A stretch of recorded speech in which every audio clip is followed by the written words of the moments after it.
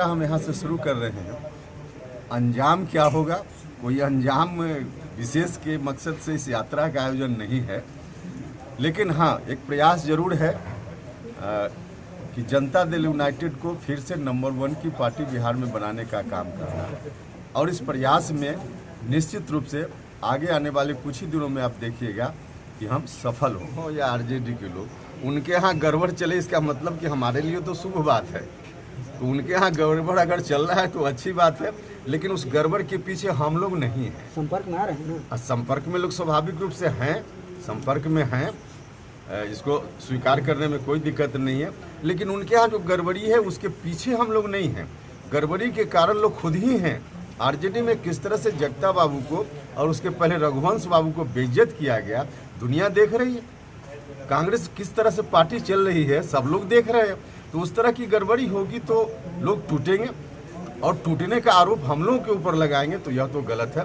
हाँ, कोई अगर हम लोग के साथ आना चाहता है तो उसमें हमारी पार्टी के लिए जरूरी है, तो निश्चित रूप से हम उस पर विचार करेंगे। एक तरह से सम्मिलित हो जाएगी, तो क्या ये सच है?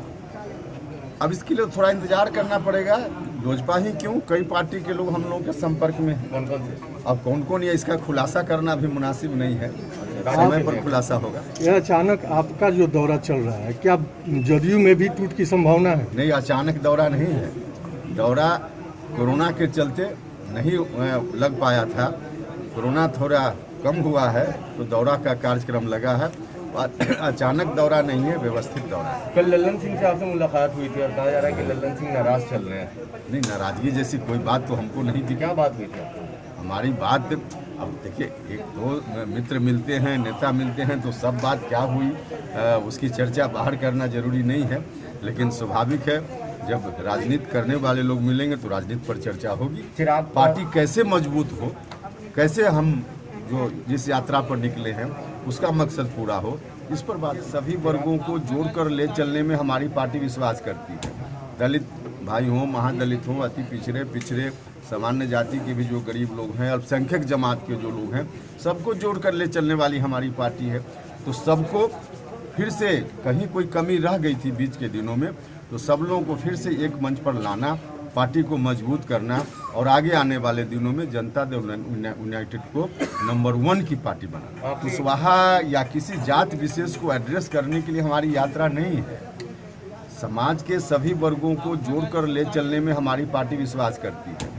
दलित भाई हों, महादलित हों, अति पिछड़े सामान्य जाति के भी जो गरीब लोग हैं, अल्पसंख्यक जमात के जो लोग हैं, सबको जोड़कर ले चलने वाली हमारी पार्टी है। तो सबको फिर से, कहीं कोई कमी रह गई थी बीच के दिनों में, तो सब लोगों को फिर से एक मंच पर लाना, पार्टी को मजबूत करना और आगे आने वाले दिनों में जनता दल यूनाइटेड को नंबर 1 की पार्टी बनाना। आखिरी एक सवाल कि आप जब विपक्ष में भी थे, शिक्षा पे बड़ा जोरदार हमला करते थे, शिक्षा को लेकर सवाल उठाते रहते थे और बेरोजगारी पर भी। अब आपके सरकार में STET के अभ्यर्थी सड़कों पर प्रदर्शन करते हैं और उनके साथ जो हो रहा है वो सब देख रहे हैं, क्या कहना उनके लिए? STET के जो अभ्यर्थी हैं उनको कहीं न कहीं से कन्फ्यूजन हुआ है। अच्छा, जिस जिस बात के लिए लोग सड़क पर हैं, कोई इशू ही नहीं है, कोई विवाद ही नहीं है। अब इसको ठीक से इसकी व्याख्या करेंगे तो लंबा समय लगेगा, लेकिन STET का मतलब है कि STET कोई पास कर गया तो शिक्षक बनने के योग्य हो गया।